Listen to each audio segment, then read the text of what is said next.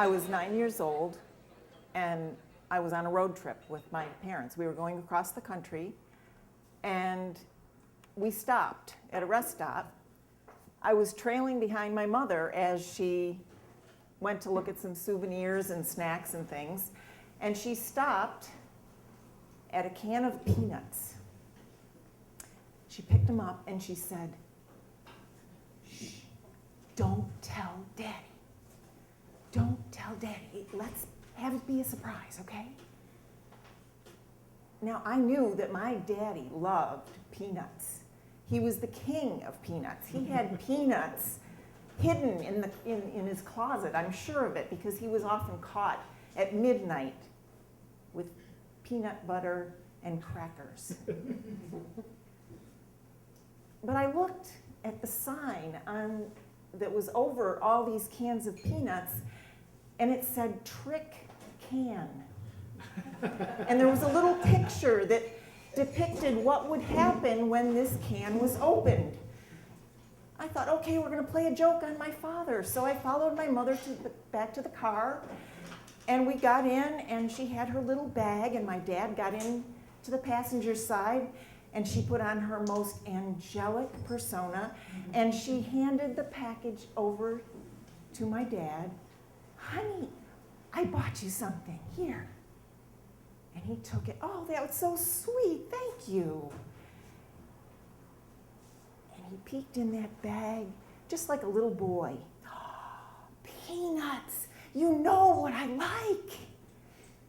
And he took the can out and he unscrewed it, and poof, one of those slinky snakes came out, and my dad's head hit the roof,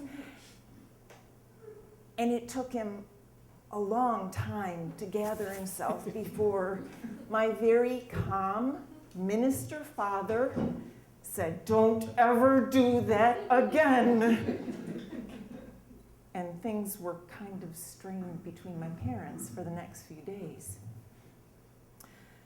A year later, I was into creepy crawlers. Is anybody old enough here to remember creepy crawlers? It was this goop that you got, and you poured it into a little machine, and out came spiders and bugs and worms and all kinds of pretty colors.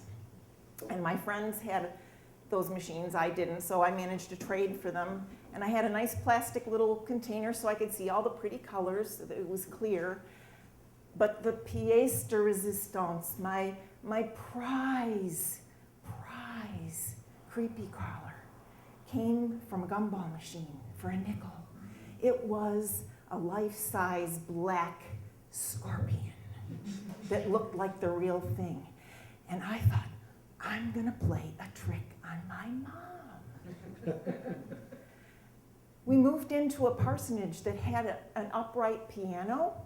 And you know, when you have an upright, you pull it forward, you put the music here, and you put the little prize scorpion looking like it's coming out from behind, from inside the piano.